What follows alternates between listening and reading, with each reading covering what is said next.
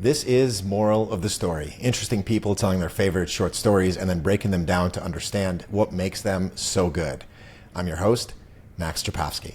Today's guest is Sonny Garg, vulture culture, bear hugger, sushi lover, fiction aficionado, and a man who has driven change on a scale that would please even his notoriously difficult to please father.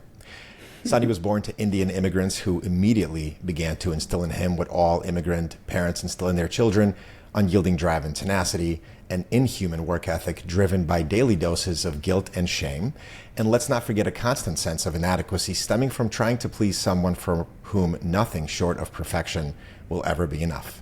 And like many immigrant kids, Sonny has converted his tough love into a career spanning the public, private, and nonprofit arenas, driving the kind of change that makes one wonder if he has cloned himself. After a stint in research at the University of Chicago, Sonny served as assistant to Chicago Mayor Richard Daley, leading the conceptualization and creation of World Business Chicago. Having earned his public service stripes, he was appointed a White House Fellow by President Clinton, where he served as a senior aide to the Deputy Director of the Office of Management and Budget.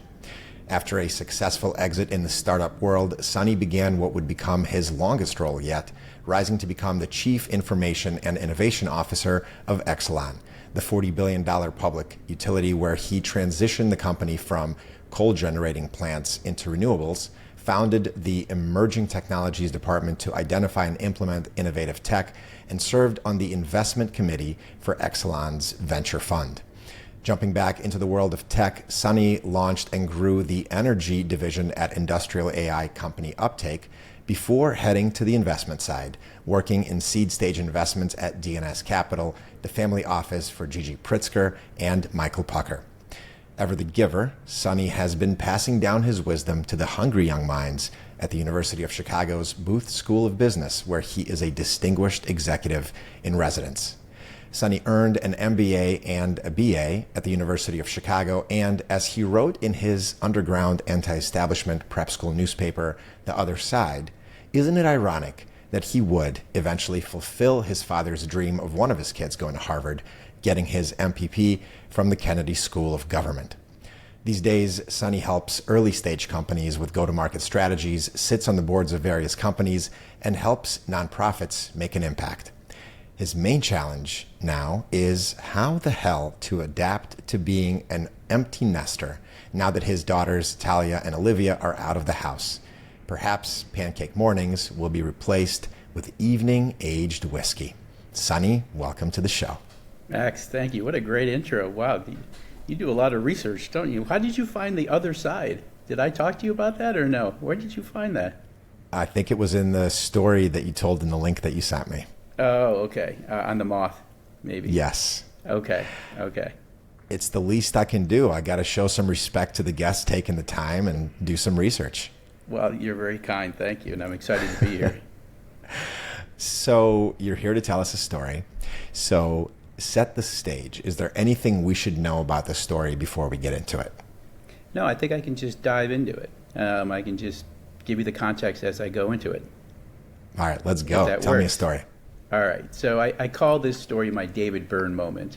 And it's from the song, the Talking Head song, where he eventually says, well, how did I get here? And it was about 10 years ago, and I was still at Exelon. And I had just been named to the executive committee of Exelon, which is like the top 10, 15 people in the company that get to oversee the strategy for the company and responsible for basically growth and ensuring that we are a competitive company. And, it was a long-term goal. And as you said, with regard to just like, I felt like it was the next notch on the belt. It was the next thing I was supposed to be doing, and I had sort of done so many of those things that, whether driven by insecurity or driven by actual interest, it's hard to know sometimes, but, ticking all the boxes, going to Harvard, becoming a White House Fellow, all those kind of things. And so, it just felt like the natural progression toward being part of that inner sanctum of, of the people who ended up at Davos thinking they control the world. And, right. It just felt like the next step in that journey. And that same day I was having lunch with a buddy of mine named Tim. And Tim and I had done this really great program together at the Aspen Institute called the Henry Crown Fellowship. And the Henry Crown Fellowship, it's 1 week every summer for 3 summers. And you explore a number of different topics during those weeks. One is the idea of values-based leadership. Another is the idea of from success to significance. And the third is the idea of what's a good life. So I've been thinking a lot about what is a good life? What does it matter? You know, you read all these things. And that was between 2008 and 10. So this is 3 years later after it ended. And Tim was at Boeing, and, you know, he was the senior executive there. And so we were sharing sort of our, you know, our career paths were very similar. And we were both very ambitious about that. So Tim and I were out in lunch, and we're in Greektown. And I said, hey, Tim, you know, I got the notice today. I'm on the executive committee. And Tim is a hugely generous guy, one of the nicest people I ever meet. He's a contrast in so many ways. Like, he is a Marine, and yet he's a guy who listens to Leonard Cohen and quotes poetry beautifully. I mean, like, you know, talk about a rich human being. Yeah. And I said, Tim, you know, dude, I'm on the executive committee. And he's like, oh my God, that's amazing, Sonny. You're an executive committee of a Fortune 125 company, which, you know, at the time was about 125. And for whatever reason, in that moment, over some flaming Saganaki, you know, I said, Tim, my life sucks. And he just looked at me, bewildered, and he said, dude, what are you, and he said 6 words that changed everything for me. He said, what are you chasing and why? And it just, for whatever reason, you know, I'd been through that whole what's a good life thing. I'd studied that in college. Just that phrase of what are you chasing and why just so embedded itself in my head. And I couldn't escape it. And I was just like, why did I say my life sucked? Like, I, on the surface, had everything I was hoping for. You know, I was a senior executive. I had good standing in the civic community. I had a great wife. I had 2 great kids. We had a fabulous place in Lincoln. All that stuff that I was sort of thought I was seeking, for whatever reason, was just, in my mind, at that moment, just didn't live up to what I was hoping it was going to be. And that night I went home. Tim and I at Aspen, we learned this thing called just divide your life into 4 dimensions: work, family, community, self. And ask yourself, what do you want in those and why? And I went through that, and I went through it, and I was like, okay, at work, what do I want? Well, I want to be a CEO. Well, why? Well, because I'm supposed to be. You know, but that was like the best of the why I could come up with. Well, in the community, what do I want? Well, I want to be on the board of the Art Institute or Lyric Opera. Well, why? Because anybody who's important in Chicago is on those boards. You know, there was no substance to it. When I went into, you know, the idea of family, I'm like, what do I want? Well, I want to be with my kids. I want to spend time. They were going to be entering high school soon. I was never around. I was gone all the time. I was traveling. You know, I had employees all over the country. So I was failing there. And then, you know, when it came to the why of the individual, I was like, I want to be healthy. I want to live to a ripe old age. And, you know, at the time I was about 25 pounds heavier. I was out every night with that devil of a gift from corporations, the expense account. So, you know, you can drink and eat and anything you want. And so I wasn't even taking care of myself, you know, and I had constant neck pain and back pain. And you know, it's just this realization. That's why I call it my David Byrne moment.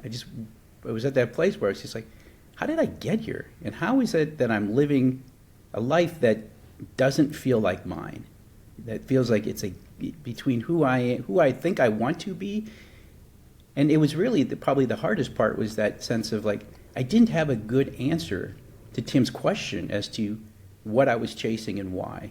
And it sort of, that moment turned into years of exploration to try to answer that question for myself with greater authenticity and a feeling that was more legitimate as to who I wanted to be as a person. Versus chasing, I think what I realized was I was just chasing more and more achievements, more and more validation, to the point that, you know, I'd become an addict. You know, I mean, it's an addict to achievement, and like any addiction, it gets harder and harder to achieve, right? So it's not, you know, and it's destructive. You know, going back to my family, I wasn't around. I wasn't loving the people I should be loving because I was pursuing these achievements. So that to me was like an inflection point that really changed so much of what I've been doing over the last decade and where I'm trying to find meaning. Inflection points are so underrated. And being able to recognize those inflection points is even more underrated. Why do you think you blurted out that your life sucks? I think at some point, one of the things I realized over time was that if you listen to yourself, your body, you're telling yourself these things. You're just not listening to yourself, right? So going back to the idea of, my back was hurting, my neck was hurting. I mean, my body was telling me. It wasn't like I was I was overweight, but I didn't have a chronic illness, but it was just like, my body was telling me something. And so I wasn't paying attention to that, right? And so I think there were just signals that, for whatever reason, whether that was at an emotional level, a physical level, a spiritual level, that I was just closing myself off to. And I don't know how or why that snuck out at that day. But I do think, to your point, which is an important part of these, is it wouldn't have happened, probably that wouldn't have happened with many other people than Tim. Yeah. Because Tim and I had built a relationship of vulnerability. Our gift from the Aspen Institute was that when we walked into that room together, we set our egos aside. And it was really about questioning ourselves. And so I think it was also the context, the fact that I was with him and I was used to exposing myself to him in a more authentic way. And he was, he wasn't one I put the mask on, he was one I took the mask off with. And so just my guess is the combination of just how I was feeling with being in an environment with somebody that I knew cared deeply for me as a person and I felt comfortable sharing who I was, created the opportunity to say something that I hadn't planned to say. Yeah. That was your body basically going past the mask. Well, you didn't have the mask on, but it was your body basically going past those sort of guardrails and saying, no, I need to get this message out. It's like when you have somebody who's held hostage and they hold up a sign out of a car window that says, help me. Exactly. Yeah. No, totally. No, I think that's exactly right. And it was a guy that, that I knew would listen to that cry for help. My good buddy Gene told me many years ago, he said something that stuck with me. He said, you can't graduate high school if you're getting an A in one class and failing the rest of them. It's such an interesting metaphor for our lives. You weren't taking care of yourself physically. You weren't taking care of yourself emotionally. You weren't there for the kids, which is what, ultimately kind of matters in the end. And I don't remember where I read this, but something to the effect of the things in our life that matter the most are actually easy to overlook in the short term because the impact will not be immediate. In other words, if you stop working out for a week, if you're gone from your family for a week, you're not going to ruin your health and you won't ruin your relationship with your family. But if you don't take care of yourself for years and you're an absentee father for years, then one day you'll wake up and you realize that it's too late to fix some of that because the problems, the health problems, the relationship with your kids has suffered so much over those many, many years that now all of a sudden it's beyond repair. And it's so fortunate that we have, for those of us that have people around us that we can actually turn to and, ask for help. Whether it's, a more formal sort of request or it's we're having lunch with them and all of a sudden something slips out and that person is smart enough to recognize, oh, this is a cry for help. I gotta address this. Yeah, and to your point, I read this really interesting article in the Wall Street Journal a few months ago, just talking about what we say, language, and it said when it comes to investments, our finances, we talk about investing. And then when we talk about time, we say we spend time. And they say, well, what if you start thinking about time as an investment? And so like your investment portfolio, there are different return profiles. Some of it you need to invest in, and it's a long-term return, right? Yeah. So that when you get to retirement, you have your 401k, you've got things that have, sort of compounded over time. But if you ignore them and all of a sudden you turn 65 and you haven't done it, you don't have any money, right? And so thinking about that in the same way that you just said was you've got to put that investment of time in things that have long-term returns. The hard part of that is the lack of the immediate gratification, right? And it's not something that is recognized and rewarded, right? Like I get promoted, I'm going to be in the newspaper, right? I mean, like, whatever. I mean, like, I'm going to feel that validation. I'm going to get that, or I can post that on social media, right? I can say things about it. If I'm like, hey, I was playing with my kids and we went outside, who's going to care about that, right? And so I think it's so hard for those things that are investments of time that compound over time, that don't have immediate validation, particularly in a society like ours, which is such an immediate. We want likes immediately. We want all that gratification. It's probably worse than when I was growing up in terms of that need for instant and constant gratification. But you need to be shifting your mindset to be thinking about those, and I just wasn't. I was taking those for granted as much as somebody would be saying, yeah, when I'm 65, I'll have a bunch of money, I can retire. And it's not going to be there. How much of that drive do you think was due to wanting to please your dad? Well, I think it was a culture. I mean, I think there's probably, it's a great question, and it's one that I've tried to tease out over time. I think there's just a broad cultural sort of context in which I grew up, right? Which is similar to any immigrant families, right? I mean, that sense of sacrifice, that sense of, hey, we're here, take advantage of what's there, right?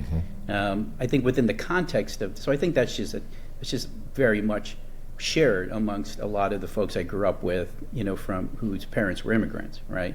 I think part of what was, there's the upside of coming to the opportunity, and then there's the idea of coming to somewhere as an opportunity for growth, and there's also that sense of like you're leaving something, right? And so to a certain degree, my dad had both of those. He was coming here because he wanted the opportunity for himself and his family. At the same time, he had a strong dislike for India, right? Like he felt like it was corrupt. He felt like it didn't give him opportunities. Had he stayed just the way he grew up, which was very poor, there wouldn't have been opportunity. So he felt very dismissed in his own country. So he didn't have a love of that country. So a lot of what we were raised with was assimilating. We didn't have like Indian culture around, and we didn't have, Hinduism and religion. It was like, you're going to become American, right? And by the way, you're going to become American by being as good as you can be at the things that America rewards most. But then those things that you can be competitive in, right? I wasn't going to be a great athlete.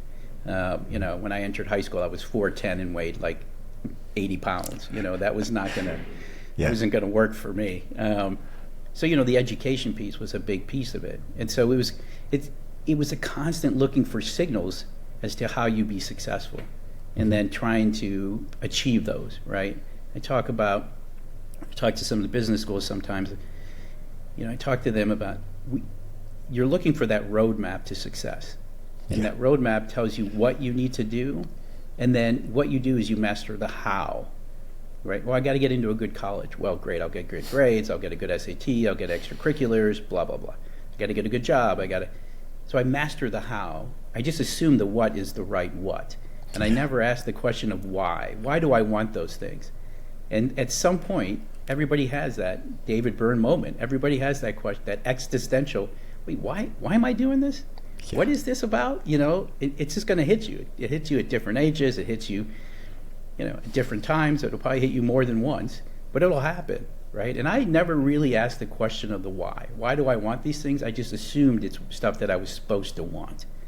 And so I do think like the combination of the immigrant, my dad's sort of view on it, but also the fact that we are organized societally to create addicts for materialism, consumerism, constant validation. I mean, like, that's how we are organized. And, and so it wasn't like his doing on his own. It was like, it's just the fact that the way he thought about it aligned the way the world was organized that enabled me to go do these things. And social media has even made it worse, because now you can immediately quantify, how people think about you and how much they like whatever you're putting out there. I mean, it's interesting. So I grew up in Kiev in Ukraine, and we moved to the US when I was 10.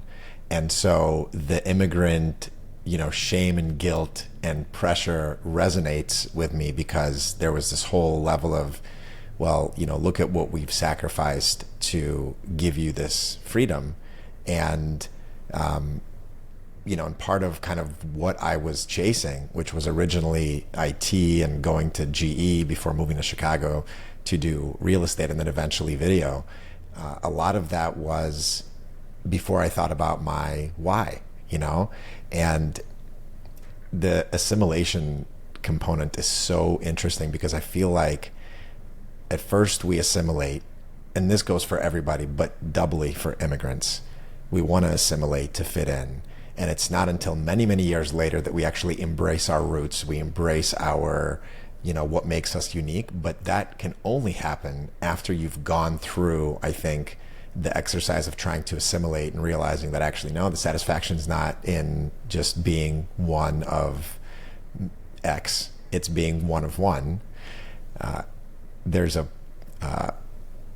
funny story about when we moved. So my last name is Chapovsky, and my first name legally is Maxim. That's the Russian name. And shortly after we moved here, we got our citizenship, got our passports, and my parents, this is before I turned 18, they decided to change the last name, and change everyone's first names, because they thought Chapovsky would be really hard for people to pronounce. So my dad's name is Leonid, and he changed it to Lenny. My mom's name is Alla, and she changed it to Ali, A-L-L-Y. And Maxim, they changed to Max. And Chapovsky, they changed to Chapman. And it kind of harkens back to what people used to do at Ellis Island all the time, right?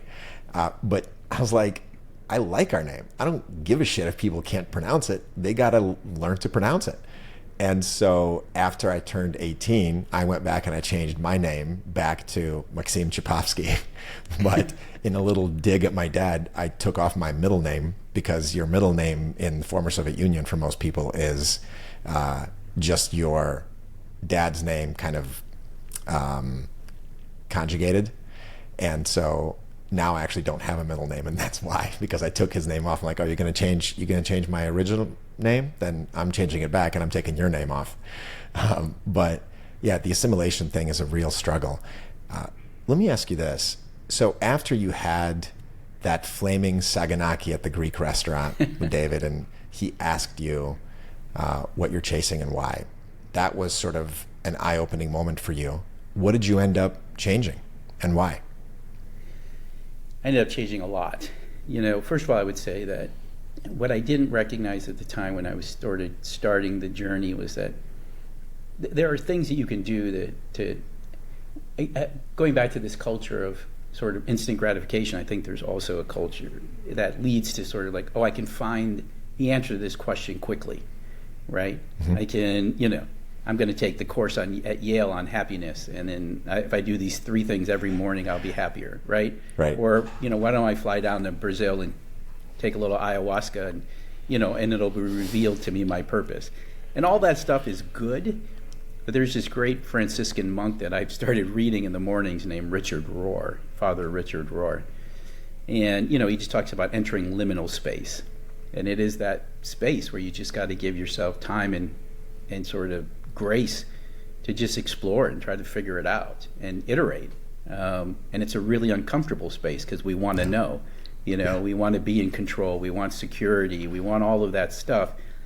And so part of it was just getting comfortable with not knowing, and to give myself the time to say, look, I didn't love what I was doing at Exelon at that point, but it was a good job. And, and I was making good money.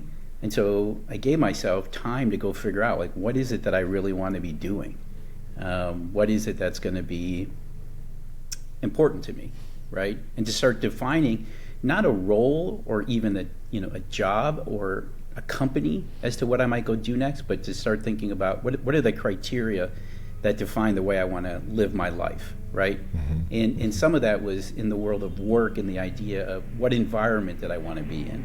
There's a great social psychologist named Kurt Lewin that talks about behavior as being a function of person and environment. And I think one of the things that I hadn't recognized because I was so ambitious was that the environment that you work in matters, versus this mythology that, hey, if you're smart, you're willing to work hard, you can be successful anywhere. That might be true, but you also might not be happy there, right? And so when I look at the business school students, we channel them into finance and consulting, and we're like, you will be successful. But those are very different industries. And even within those, a big investment bank versus a boutique is very different. But we don't really get into the nuance of the environment with them.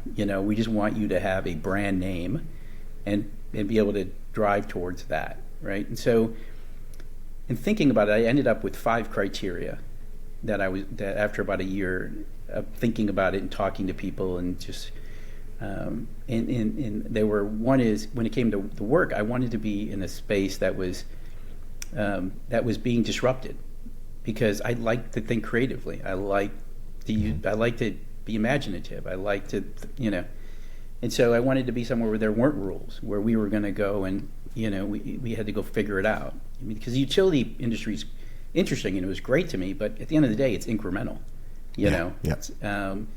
2 is I wanted to be with a group of people that wanted to win that space. That because I did want to do something of consequence. I did want, whether that was ego, I don't know but I wanted to do something that felt important. 3 was I wanted to do something that at the end of the day was net positive for society.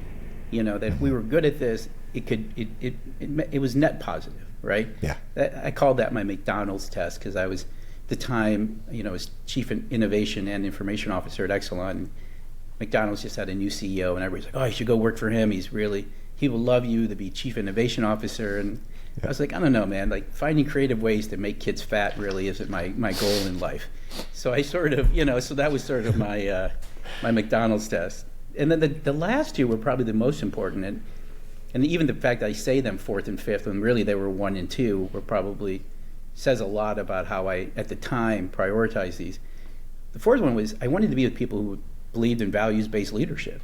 People actually believe that when people come to work, they feel good, that they feel valued, because A, it's just the right thing to do, but B, you'll get a lot more out of your employees, right?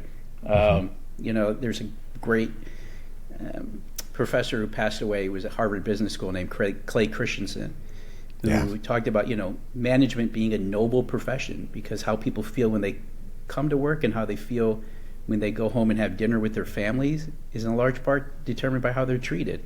And that idea of like somebody sitting around the table at night with their family, like I was wanting to do, and not feeling good about themselves really stuck with me, So creating that kind of environment, and I didn't feel like Exelon had that. We don't need to go into great detail that, but subsequent to after I'd left, I mean, obviously they were indicted. They were, they have a lot of legal troubles. I don't think, they weren't on the up and up ethically. The fact they did something illegal, I was surprised by.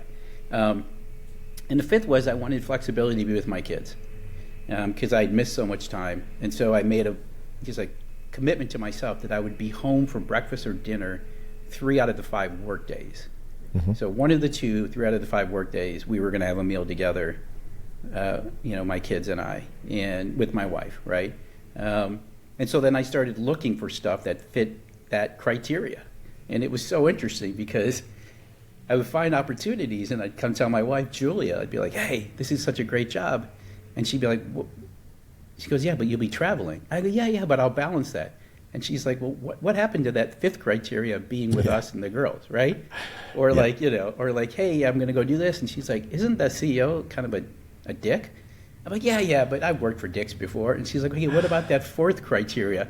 And it was so interesting, because I was so willing I was so willing to sacrifice the fourth and fifth ones of values-based leadership and family in pursuit of my own ambitions, right? Yeah.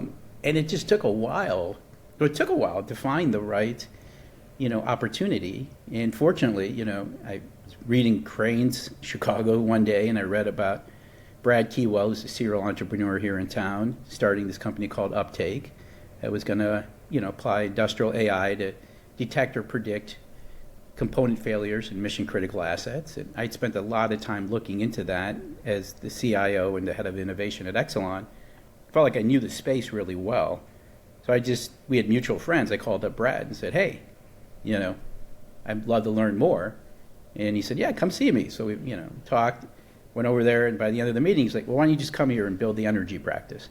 And I thought, okay, well, let's think about these criteria, big open space nobody owns, and still doesn't 8 years later. Nobody owns AI. Here's a guy that is ambitious who wants to build something and who has built 9 companies, taken 3 public. He likes to do things. Is it net positive at the time? I think yes. You can start thinking about the implications on people at work and, and eliminating jobs. Although I tend to think about what we were doing, and a lot of AI is providing information that humans still have to take action on. Totally. And then, Brad seemed like he was a values-based leader. We talked a lot about a good life the first time we met, and, he actually said to me, he said, I can't believe you're a Henry Crown Fellow. I wanted to be a Henry Crown Fellow because I wanted to explore those good life questions and stuff. So I was like, and he had hired his own philosophy professor to tutor him on philosophy and a good life. So I was like, all right, well, this guy thinks about that stuff. And then, I just said to Brad, look, I don't want to manage anybody. I told him, I said, like, I'm an addict to achievement. I'm like, I'll ignore my family. I'm like, I don't want to manage anybody. I just want to do deals. I will do deals. I will build this practice area because I want the flexibility of being with my kids.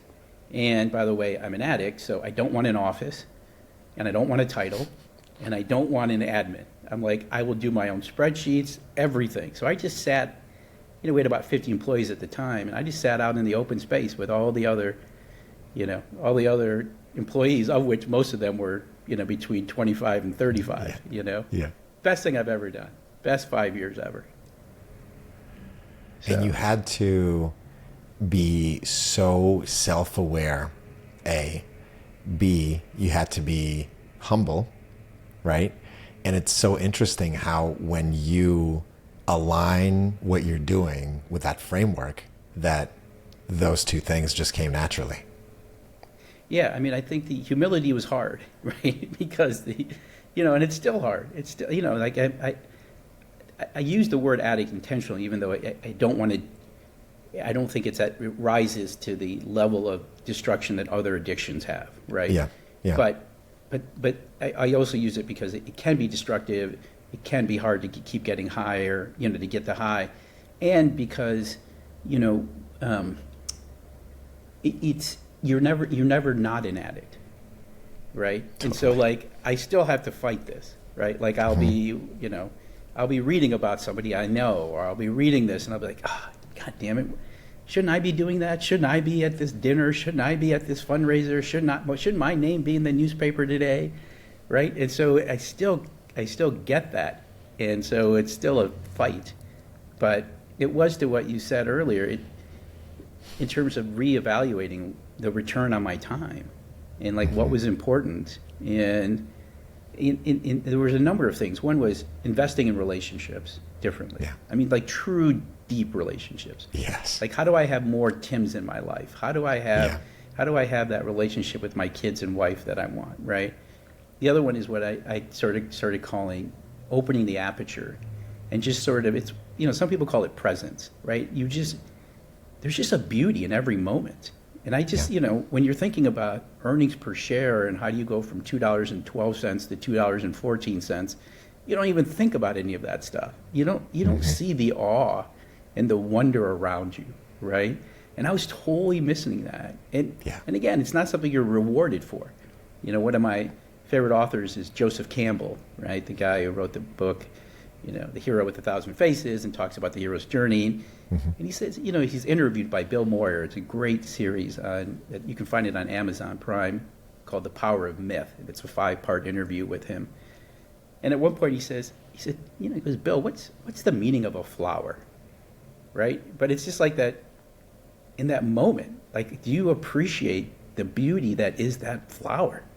Do you appreciate like the magnitude of the gift of what that is and what you are living with? And so I think that was a huge part of redefining what those sort of, what a good life was, in terms of like, do you appreciate, I'm sitting here and I'm looking out my window and I can see Lake Michigan, and you're like, that's beautiful. Yeah. Like, am I spending 2 minutes a day just saying, wow, and it really does come back to so many of the virtues that we are taught in our faith traditions or philosophy that really can, I think, at least for me, better grounds me. It's hard to stay grounded, but gratitude, humility, compassion, right? Grace, mercy, all those things, none of which you'll find in the hallways of a Fortune 100 company. But those are really things that, there's a reason we've been talking about that for thousands of years, because I do believe it. If you can ground yourself in those, you just have those moments of real inspiration, and they will happen more frequently. As you learn to become more attuned to it, you make a really interesting point about the fact that you don't get rewarded for some of those things that we notice, a butterfly, a beautiful flower. I would take that a step further and say, maybe we need to rethink what matters and what an actual reward is. Because if you define a reward as monetary or social media followers or, being at some dinner, having your name in the paper, then no. But maybe we're thinking about the wrong rewards, right? And so the struggle to always be in the moment and enjoy that moment for what it is, it's an ongoing struggle for me personally. It's still worth it if you can notice some of those things. And I think, have you read Rick Rubin's book? No. The one that he just came out with? It's really interesting because he talks about exactly that. He goes, art comes from two places. It comes from within you and it comes from outside of you. And the way to be able to, kind of harness the power of the ether to create art is to be acutely aware of it. But to be acutely aware of it, you have to be well practiced. And the only way to do that, the only way to practice, is to literally sit outside, close your eyes, and listen. And maybe you'll hear a bird, maybe you'll hear rustling leaves. Open your eyes, look at what's around you. It's really, I think, underrated. And frankly, as an aside, it's what I think helps create great artists, because I think really good artists are sensitive to what's around us, and then they can take that, harness it, and translate it into something that the rest of us can relate to, whether you're a writer, a musician, a comic. So yeah, can I just jump in on that real quick? Yeah. I mean, I agree. I mean, I agree. I mean, I look to artists because I feel like they're the ones who are attuned to that, right? And so it leads me to two thoughts. One is I think it's really important, given that there aren't these sort of financial rewards or recognition rewards. It's the community you have has to share those beliefs, right? They have to prioritize that, because if I'm like, hey, spending time with my kids, and I'm in a place where everybody's like, no, you got to be on the road and you got to be selling, or or I'm like, hey, I'm just going to do nothing today, and they're like, well, why aren't you at the country club doing blah blah blah, right? I mean, so a lot of my change was actually changing who I spent time with, right? I mean, like who were close, who I decided to spend time with. Not that those other folks weren't fine, and that's their choice, but like I had to remake to a certain degree some of, who I was spending time with, and people I felt were more aligned with what I wanted, right? On the artist front, I've always thought about, there's this term in Japan called the ikigai, and it's this, it's this Venn diagram of what do you love, what are you good at, what What does the world need? What can you get paid for?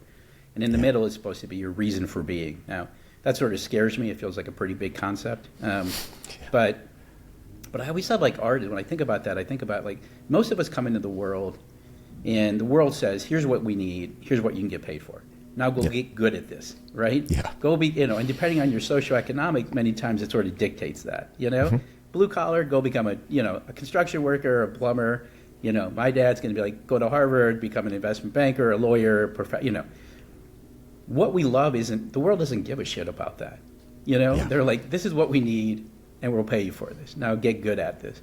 And I feel like artists are so inspiring to me because they discover like what they love, and they're willing, and then they spend all their time mastering their craft, which means, what are you good at?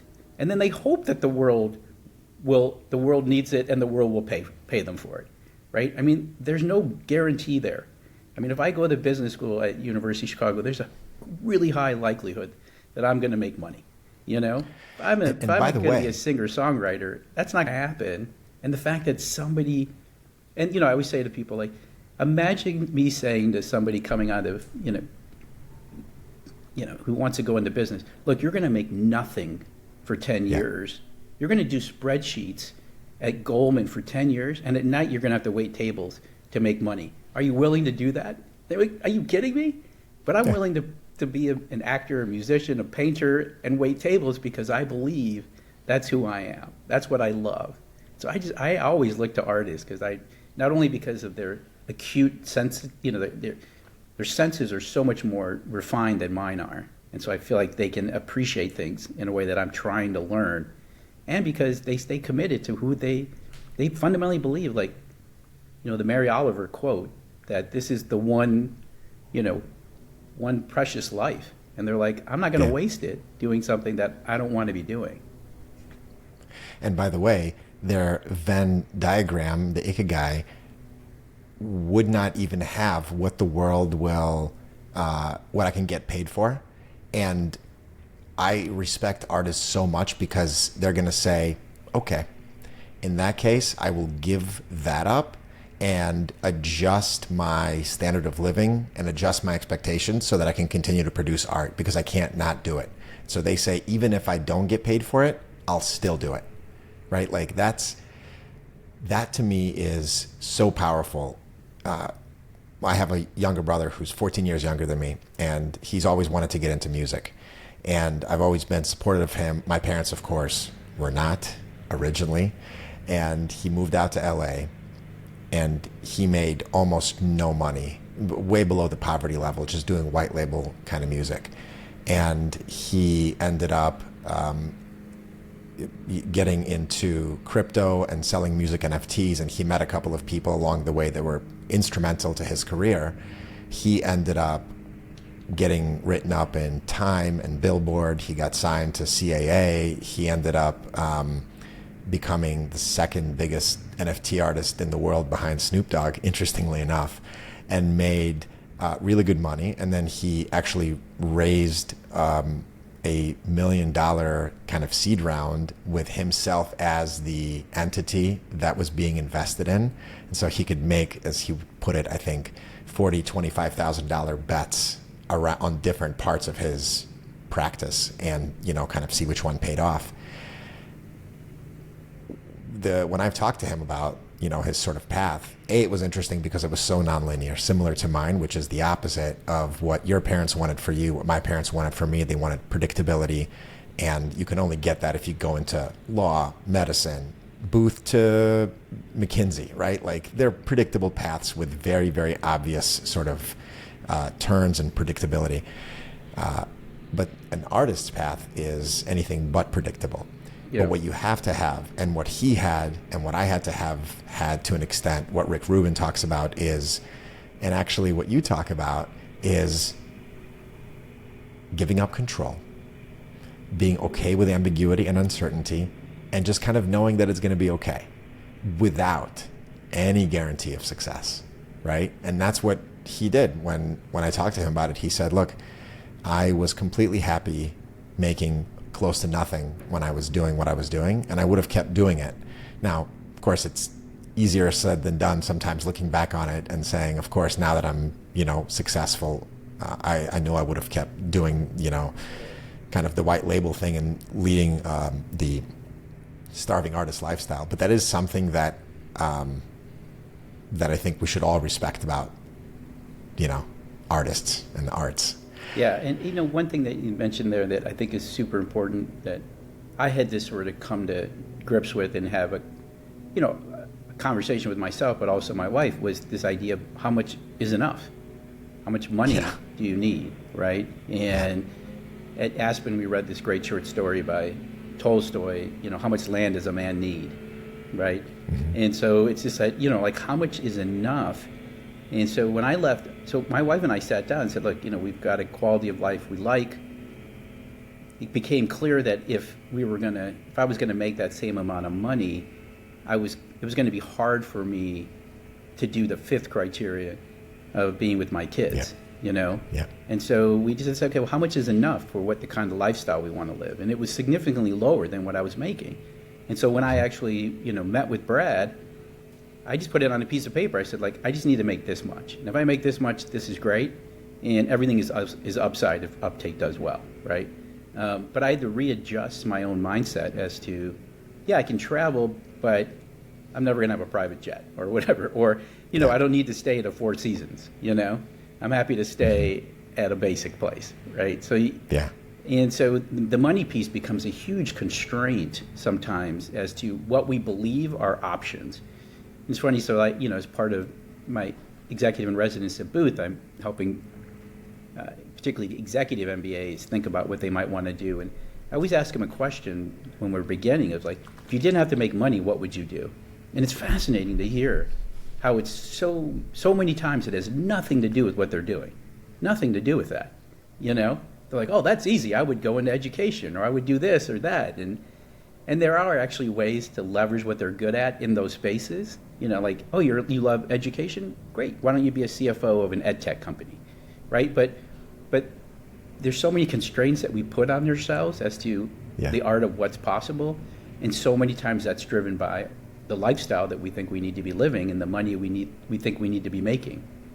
And, once you sort of play with that constraint a little bit, like when I played with that constraint and said, oh, I don't need to make that much, the number of opportunities that opened up were enormous versus I've got to be a C-suite guy at a Fortune 100 company. Totally. Does it make them uncomfortable when you ask them that question? No, I think they feel liberated. Like they're like, wow, no, I've never thought of that. I've never thought of that, right? And it's a catalyzing question. It's sort of like Tim's question of, what are you chasing and why? It was catalyzing. And so it is. It's like, oh, well, there's constraints I put on myself. And it's not saying that they have to be mutually exclusive, Mm-hmm. You can find a way. Yeah. But you've got to be conscientious that that's a constraint you put on yourself and then question that constraint. Right, I think that's the key piece, is to say, and then the other one is there's a great professor down at University of Chicago named Harry Davis, leadership professor, and he talks about challenging the shoulds. That's a lot of what we've been talking about, particularly raised in an immigrant family. You should be this, you should be that, you should. Yeah. And he's like, but those are constraints we put on ourselves. So I just find like just challenging the constraints sometimes can really release and reveal opportunities that you just didn't even know. A friend of mine calls it, differentiating between fact and story. Mm-hmm. And we tell ourselves a lot of stories about these things, but they're not really grounded in fact. And what's worse is sometimes it's not even us that put the constraints on us. It's sometimes our parents, it's sometimes society, it's sometimes the people we hang out with. So that's even more tragic. It's not even us. Yeah, but it's also we accept them. It is on us because we've accepted them without challenging them. That's true. Right? I mean, that's true. I always tell this story. We're complicit. Yeah, I mean, I tell this story about my grandfather was the guy he grew up very poor in India under the British Empire, and he worked at the railways system. And for a good part of his life, he weighed packages and put them on the tracks on the cars. my dad would tell the story that periodically he'd go to work with my grandfather, and over time he'd see my grandfather train British officers in the ways of the rail system. And those British officers would get promoted. And, my father one day asked my grandfather, he said, well, why don't you get promoted? And my grandfather got really upset. And he said, "Choo," which means quiet. And he said, we don't ask those questions. It's their empire. And, so he had his agency sort of stripped from him, right? Mm-hmm. He was sort of an indentured servant in his own country, right? I mean, it's, I don't care how many great British shows PBS produces, it sucks being colonized, but, I feel like we sometimes underestimate the amount of agency we have, and, and we do have a lot of choice. And those of us who have been well educated in the history of mankind have more choices, more opportunities, more things that we could go do than anybody has ever had.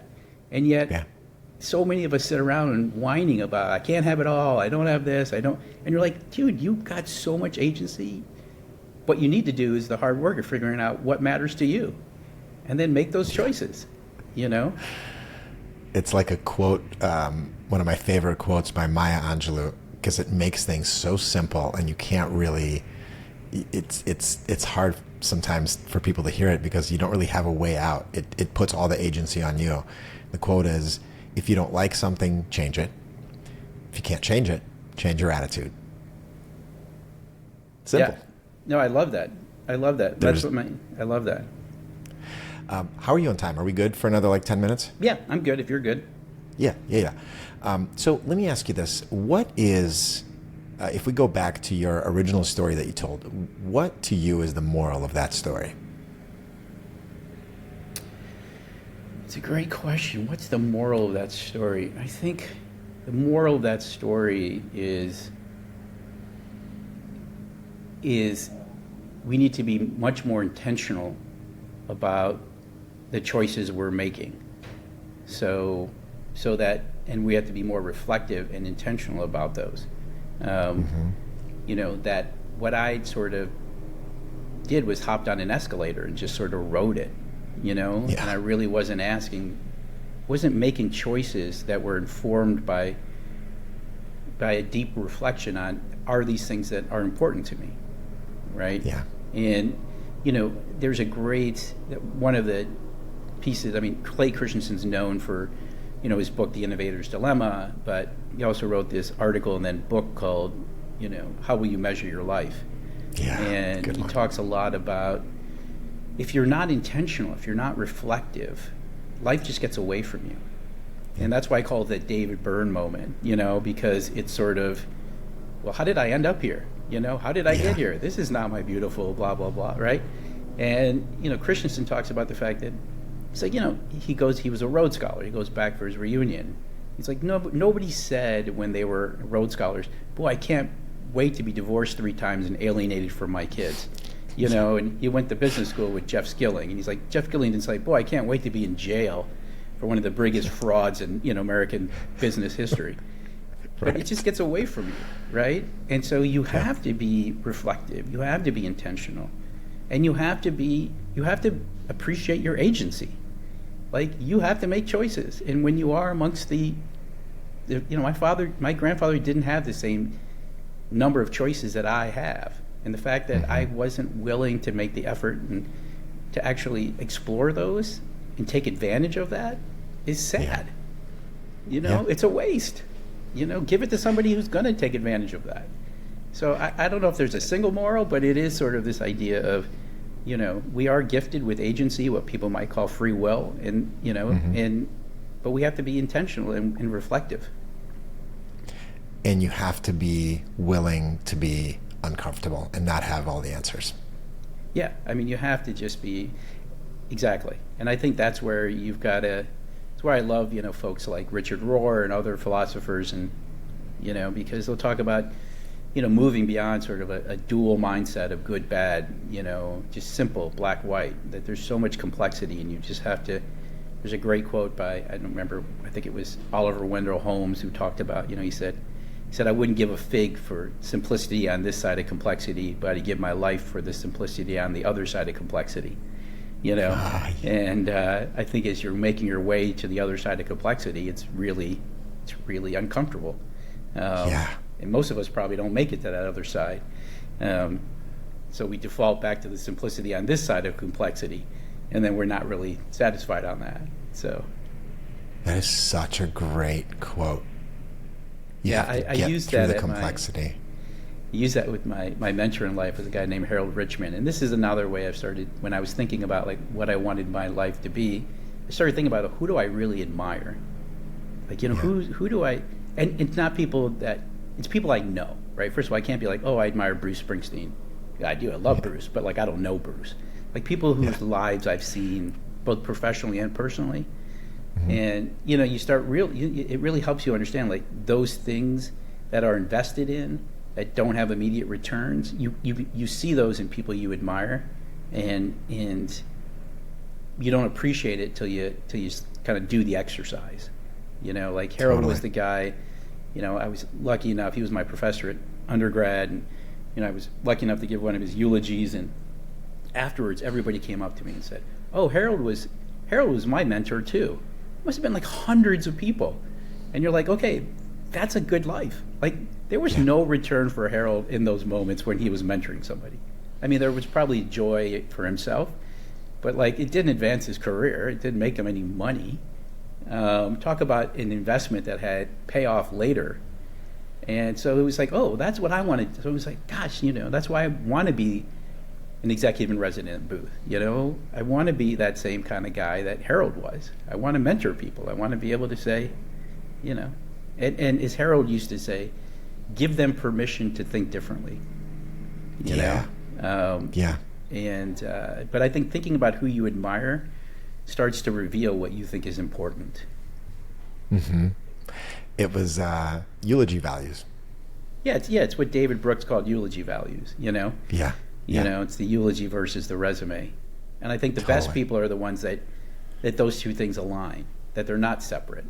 Because the eulogy, the resume is what you did, and the eulogy is how and why you did those things, and, if you're sort of it's like that scene from Succession this year, when they're giving the eulogy of Logan Roy, right? They're like struggling to say something nice about the guy.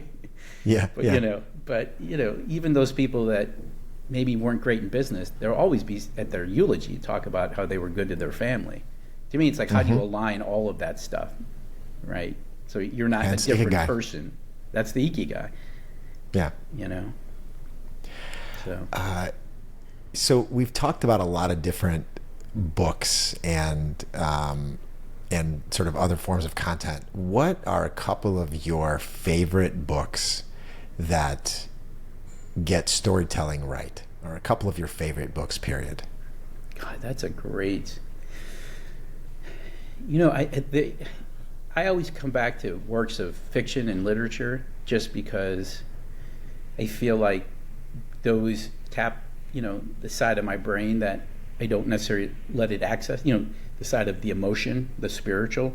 Those are the kind of books that I really like, versus, a business book that says, how do you become a better leader? As a friend of mine said, he's a coach. He says, better humans are better leaders, so how do you just become better humans? But I think too, the one book that I don't know why that really hit me at one point was, it's a book by Julian Barnes called A Sense of an Ending.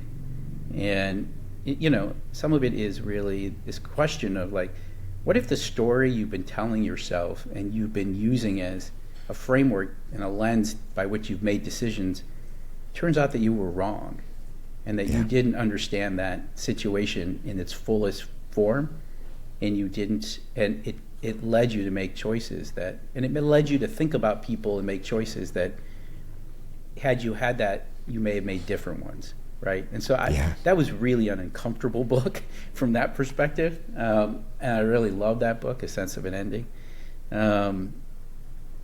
Boy, I don't know. I mean, I would tell you, like I just said, fiction, but I had been reading or listening to the new biography of Martin Luther King. It's called MLK: A Life by Jonathan Eig.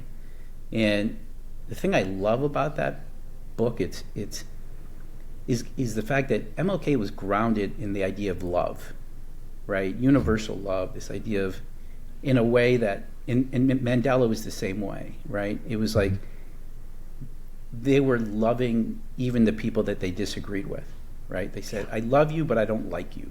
But they saw the common humanity in everybody. And I just feel like I'm at a point where I really want to become better at that, And if you think about the extremes of the conversations we have in society today, each side is trying to deny the humanity of the other. If I'm woke, I'm saying, well, you're an asshole, I'm going to cancel you. If I'm on the other side, I'm like, if I'm on the right, I'm like, you're unethical, you're immoral, you're a horrible human being, you're going to hell, right? And none of the great religions ever say things like that. They all say we're all, whether you have a deep religious sense, which I don't, but if you have a spiritual sense, that there's a divine in everybody, and recognizing that.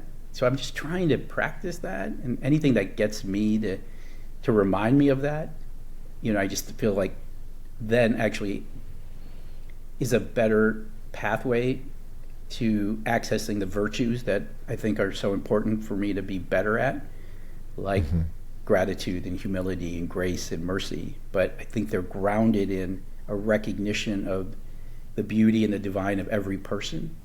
So things that I can read or people I can read about that remind me of that, I think then catalyze my ability, that reflection and that intentionality to take me back to virtues and say, okay, am I living these?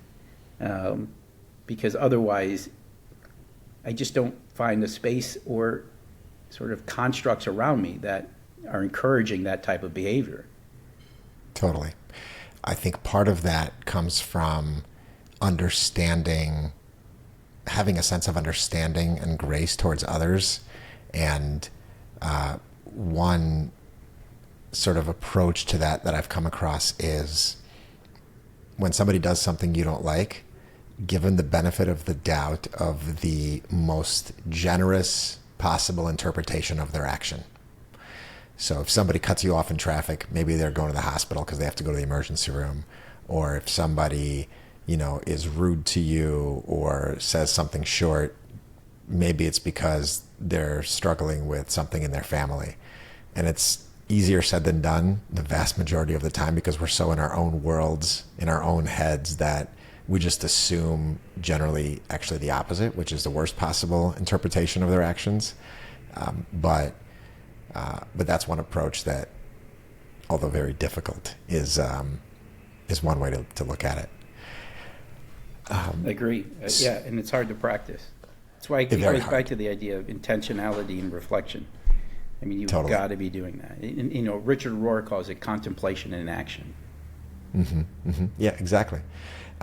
So, last question for you. If you could say one thing to your 20-year-old self, you could have a minute with 20-year-old Sonny and assume that he would listen, actually, to what you were telling him, what would that one thing be? Gosh, I don't. I don't know. It's such a great question, but I think the hardest part is assuming I'd be willing to listen. Yeah. That's why I made that assumption. Because I know. Generally, the answer is he would never listen. Exactly. I don't know. I mean, I'm trying to think about. Maybe the thing I would do is what it sort of started with, or the question Tim asked me was, if I gave him one piece of advice or said something, I'd say, ask yourself every night before you go to bed, ask yourself why you want these things that you think you want. Maybe that's what I would ask of myself at that point, or tell myself, because I think it's still something. I can't give them a great insight. I can't give them a great, hey, here's the answer. But I think so much of it is asking yourself the right questions. And maybe that would be a question that, if I was willing to listen to it, and maybe that would have been one that would have unlocked, certain a different way of thinking about the decisions I made. Right. On the other hand, it probably, as it stands, had to come to pass that you would go through all of these different iterations and have all these different realizations, and it would lead you to that Greek restaurant where you kind of had your mind blown because you held up the help sign. Exactly. Yeah, and I think that's what it was, and I think it would have been very hard for me to not have, I get that question from business school students all the time. I think it would have been very hard not to have climbed that hill and then said, oh, wait, this is the wrong hill. I'm going to go find a different one. But Totally. I needed to climb the one that I was pointed to. So Yes, because you have to get to the top and see that the view is not what you thought it would be. Exactly. Well, that does it. Sonny Garg, thank you for being on the show, man. Oh, thanks for having me. This is so fun. It was, the pleasure was all mine, man. It was awesome. For show notes and more, head over to mospod.org. Find us on Apple Podcasts, Spotify, wherever you get your podcast on. This was Moral of the Story. I'm Max Strapowski. Thank you for listening. Talk to you next time.